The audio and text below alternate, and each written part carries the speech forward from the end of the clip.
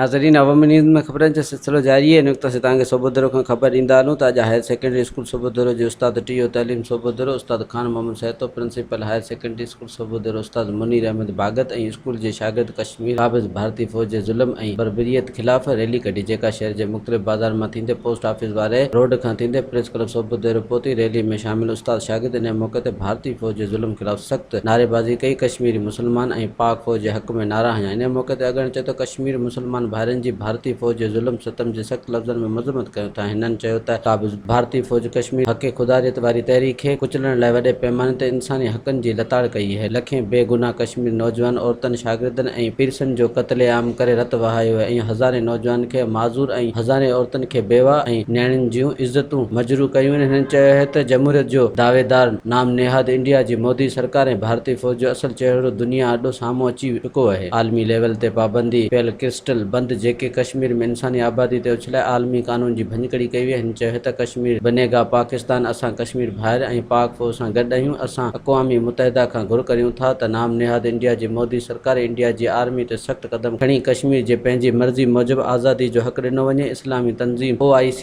ऐं पाकिस्तान सरकार कश्मीर मुसलमान भाइरनि जो आलमी लेवल ते आवाज़ बुलंद कनि ऐं कश्मीर में थींदड़ ज़ुल्म जो नोटिस वठनि। वधीक ख़बरनि ऐं तफ़सील लाइ विज़िट कयो अवामी news Facebook page, YouTube page ऐं अवामी न्यूज़ वेबसाइट।